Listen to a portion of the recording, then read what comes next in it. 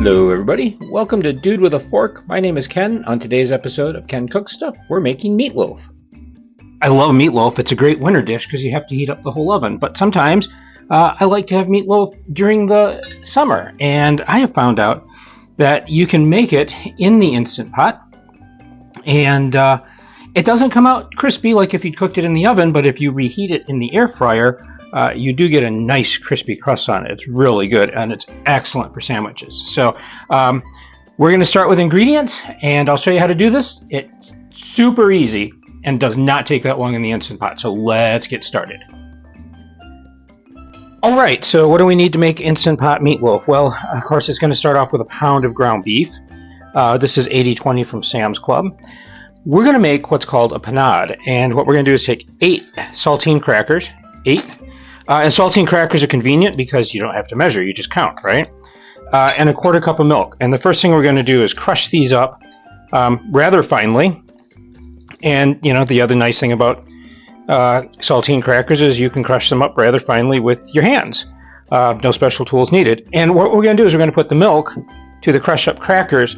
This will form our panade. This will be part of our binder, but it's also going to keep moisture in. So that we do not end up with a dry meatloaf, all right? We're also going to use an egg, well beaten, and this is also going to be part of our binder.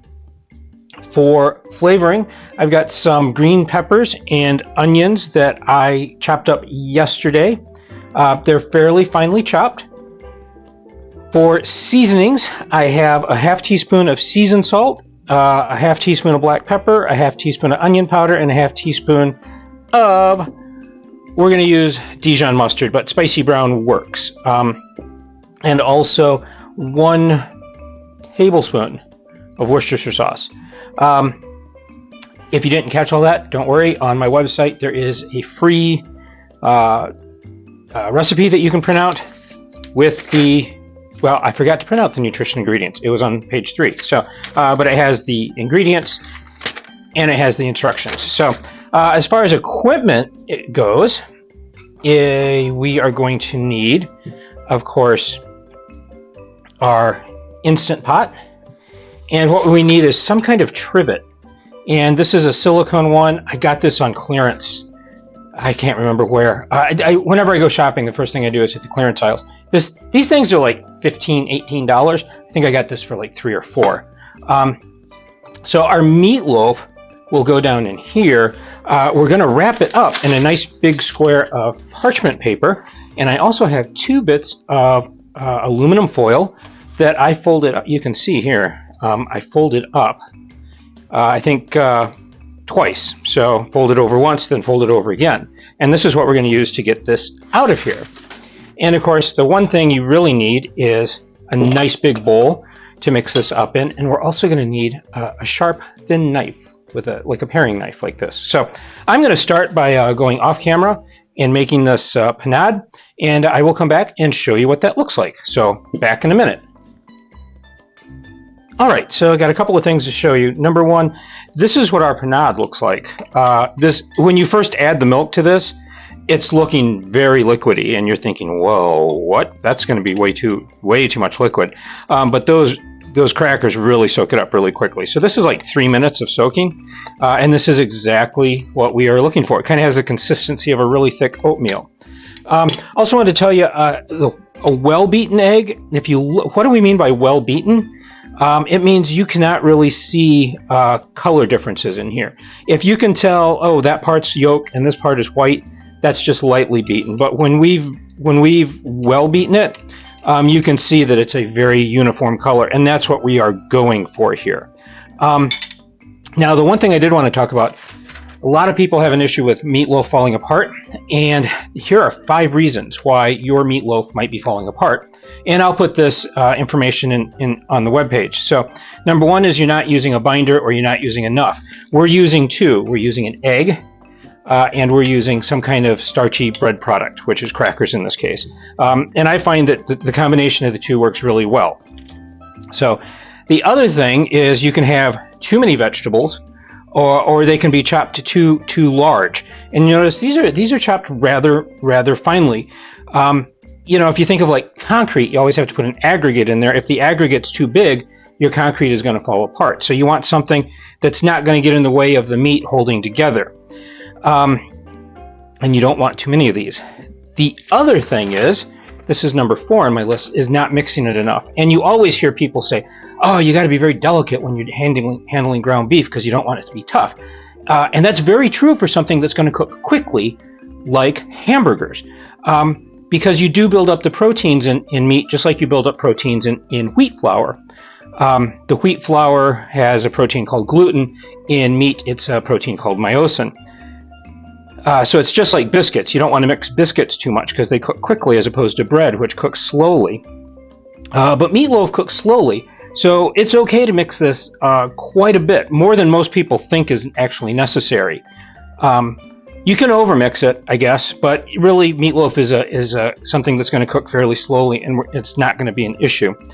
The other problem, number 5 on our list, is that you can sometimes incorporate air into your meatloaf, and you might have a pocket of air on the inside. So you want to be sure to get that air out.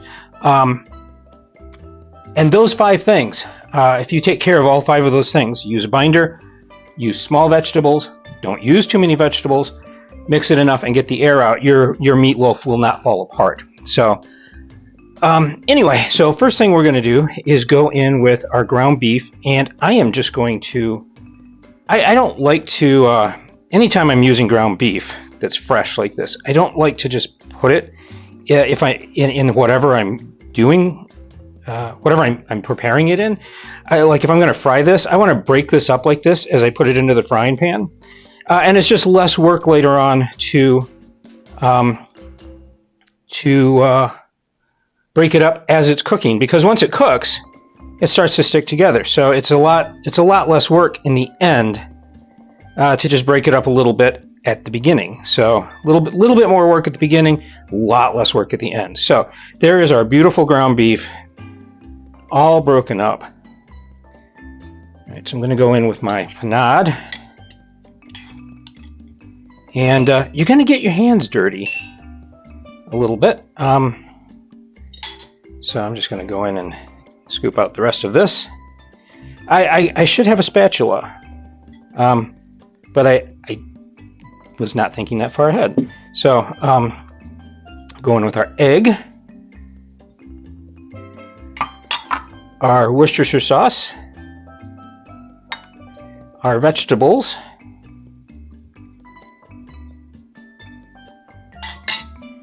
and our seasoning. And now it's just a matter of getting in there and mixing everything up. And you do want to kind of squish it between your fingers like this. I've seen people use like this kind of potato masher. I guess that could work. But really, your hands are the best tools. And you're going to end up washing your hands anyway, so why end up having to wash your hands and a potato masher? So I'm just going to mix this up until it's uniform.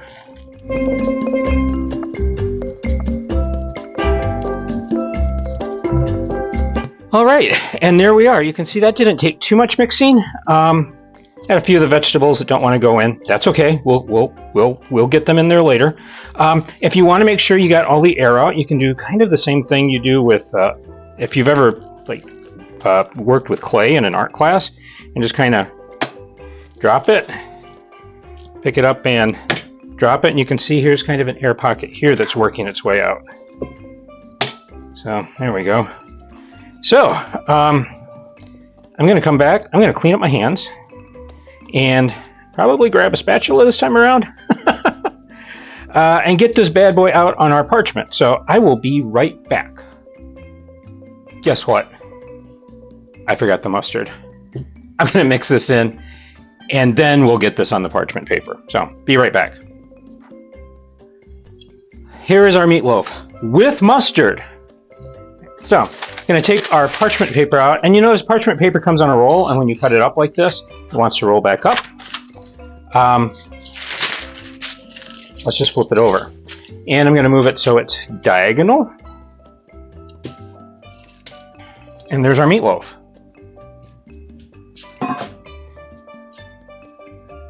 All right, so what we want to do is the main thing we don't want to do is get meat in between layers of parchment. All right, so I am going to try to get this kind of into a round shape, and I want to get a corner in here, and then just roll it up like this.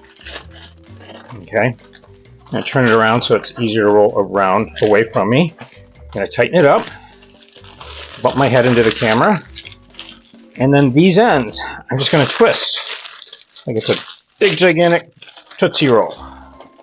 And for some reason, I cannot do that with my left hand. I don't know why. So, the tighter we twist this, the rounder it gets. Now, if you wanted to be really, really secure, okay, you could wrap this whole thing in foil. And I've done that. It works, okay? But I don't like to use that much foil. So, notice what I have on here, right, are these little foil strips. So I'm going to go into what's going to be the bottom. I'm just going to hook a few holes in this parchment with a sharp knife. Okay. And these guys, right? So if you look at this, I'm going to move you out of the way. Here's our trivet, right? I want these guys to sit like this. Okay. We're going to go in with our meatloaf with those holes I cut on the bottom. And I'm going to put, this is an 8-quart. Yes, this is an 8-quart Instant Pot. I'm going to put 1.5 cups of water in the bottom of this, and I'm going to add 2 teaspoons of beef base. And the reason is I'm going to use what drips out of this meatloaf into that water to make gravy to put on top of this. I know I had ketchup at the beginning, and that's always good. But yeah, you can also make gravy. So I've never done that before, so it's going to be an experiment. We'll see if it actually works. So what I'm going to do is get my water in here. I'm going to put the lid on this thing, and I'm going to set this on high for 25 minutes. Okay. When it's done, we're going to give it a 10-minute natural release, and then we can just lift this out of here with these straps. Woo! See how well that works? You know, and if you wanted to like pinch these together a little bit right now, and you are actually better at that than I am, there you go. You could do that. Come on. Sometimes my fingers just don't want it to do what I want them to do. So now we have 2 little handles we can just reach in and just pull this out when it's done. So I'm going to get this in the Instant Pot. I'm going to go wash a ton of dishes, and we'll come back when this is all done. See you then. About 45 minutes. All right, I have to be careful here because don't touch this part. This little sticker says don't touch, and like every time I touch it. This part is safe to touch. So it's been 25 minutes. We have been resting for 10 minutes, doing a natural release, and I am over here getting a thermometer out of the drawer. Okay, so I want to show you a little trick. If you have a small kitchen like I do and you turn this knob, all this steam is going to go up into your cabinets, and you probably don't want that. So you can get a 3-inch piece of PVC elbow that will fit over that perfectly. So you can turn it and then quick pop this over, and then the steam will come up this way or that way. Or you can drill a couple of holes, and these are a little too close. But these screws then, put a couple of little bolts, little machine screws with some nuts and washers, and then when you turn this, right, that will grab it, and you can't see because I'm too close. It is turning. That steam is not coming up into my camera. It's going over to that way. So as you can see, the pin has dropped, so our pressure is released. I'm going to move this over slightly. Well, let's leave it here for a second. I'm going to pull this lid off. Ooh. Ah, ouch. Lots of steam going right into my camera. See, that's why I wanted to move this over. Okay, let's get this over here. All right, so. All right. I'm going to defrost my lens, I think, and come back. Or no, wait. There we go. Okay. So I've got a couple of things. I've got a plate, And this is it's a big plate. Oh gosh. There we go. It's a big plate, and it's kind of got a nice lip on it here. So I am going, and I also have a thermometer. So I'm going to just lift this up here. Look how easily this lifts up and transfer. Now you can look in here. There's all our beef broth. So what I'm going to do, I'm not going to do it in this video because this one's getting long enough already. But I'm going to run this through a strainer, and into a measuring cup, and I want to have 2 cups so I can make gravy with it. So I'm going to get this out of here in the meantime. All right, and this thing is still steaming, so I'm going to undo these straps. See how well that worked out, and because it's aluminum is great because it transfers heat so well, and so once you take that lid off, the heat transfers out of the aluminum into the atmosphere, and they stay cool enough that you can grab them. So,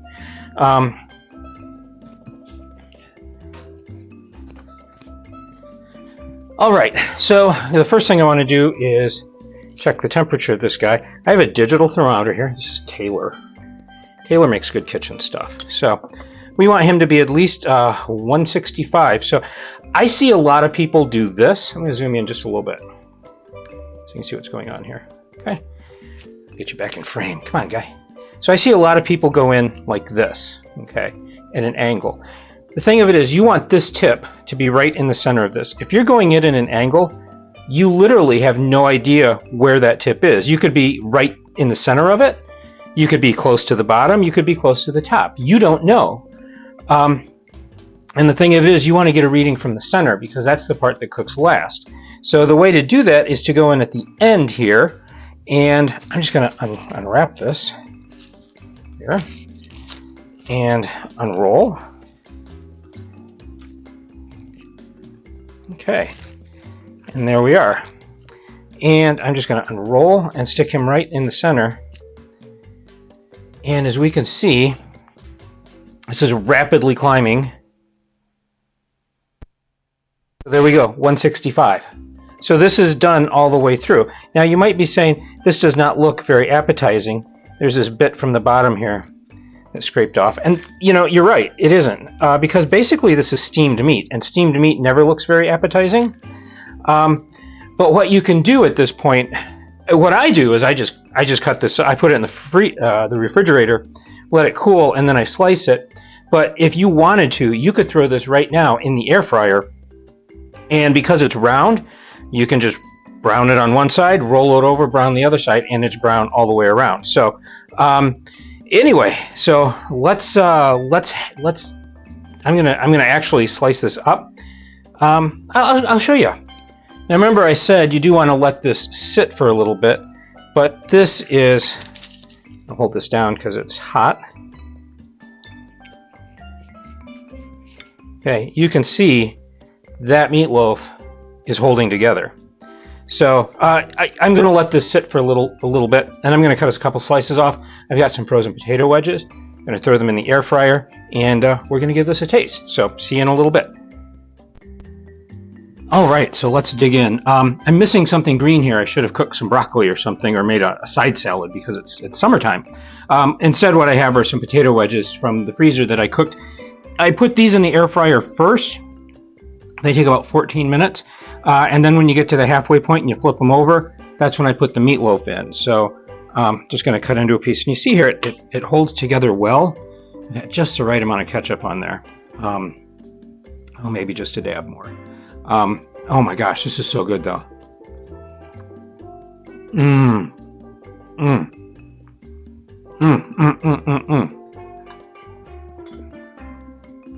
You'll see here, you get this nice crunch along the edge.